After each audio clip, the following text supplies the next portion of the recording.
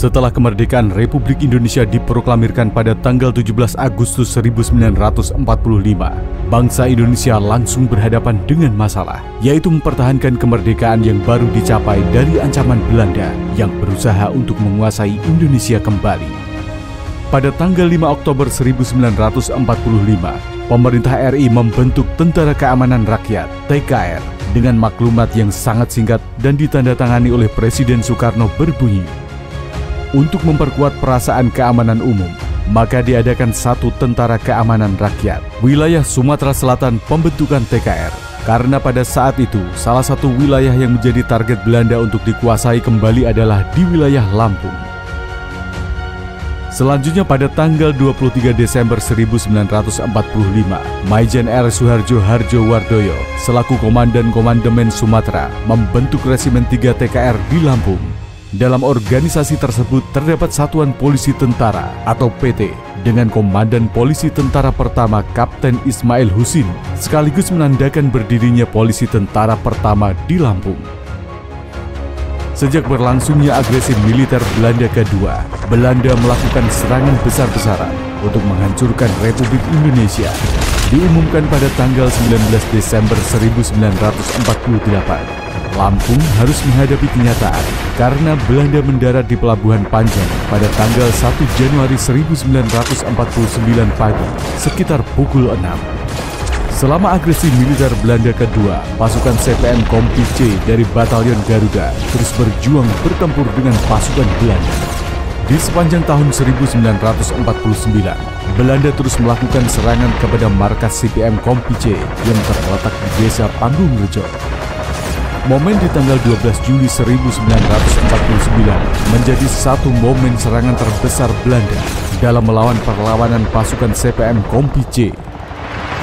Belanda mengadakan serangan ke Sukoharjo dari seberang Wais Sekampung. Serangan itu dibarengi dengan serangan udara dan terjadi duel dengan 12,7 mm yang dipegang oleh Sersan Selitunga di Bukit Ungkal dan 12,7 mm yang ada di Bukit Mergoyoso yang dipegang oleh Sersan Sutopo dari CPM Kompi C. Pada tanggal 21 Juli 1949, Belanda melakukan serangan udara yang paling besar terhadap markas CPM Kompi C di Panggung Rejo.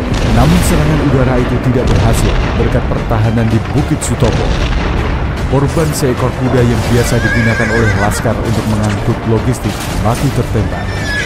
Hingga akhirnya pada tanggal 26 Desember 1949 pada sore hari, pasukan CPM Kompi C tiba di Kota Bumi.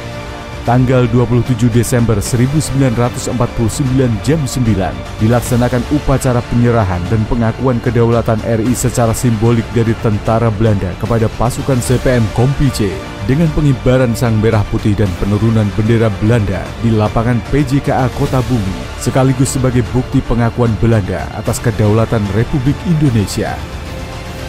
Untuk mengenang perjuangan polisi militer Kompi C Garuda dan Laskar Pejuang ini, pada 19 Juni 1988 yang didirikan di atas tanah milik almarhum Bapak Mustajam, pejuang rakyat yang dihibahkan oleh ahli waris almarhum Bapak Mustajam dan keluarga untuk negara. Dan di tahun ini, Puspomat di bawah kepemimpinan WS dan Puspomat Maijen TNI Eka Wijaya Permana yang terinspirasi dengan perjuangan para pahlawan dari polisi militer Kompi C Garuda berinisiatif membangun monumen perjuangan Korps Polisi Militer Kompi C Batalion Garuda di Pekon Panggung Rejo, Kecamatan Sukoharjo, Prinsewu. Di kota Lampung berdiri sebuah monumen yang megah, Monumen Perjuangan CPM. Monumen ini adalah penghormatan abadi bagi para prajurit Korps Polisi Militer TNI Angkatan Darat yang telah berjuang dengan gagah berani demi kedaulatan dan kemerdekaan Indonesia. Dibangun untuk mengabadikan nilai-nilai sejarah dan pengorbanan para pahlawan polisi militer TNI Angkatan Darat. Monumen ini menjadi simbol patriotisme yang menginspirasi generasi muda. Tugu yang berdiri di sini menggambarkan keberanian dan semangat juang yang tak ternilai. Dengan berdirinya Monumen Perjuangan CPM, kita diingatkan untuk terus menjaga nilai-nilai luhur Pancasila dan mengingat jasa-jasa para pahlawan yang telah memberikan segalanya untuk negeri ini.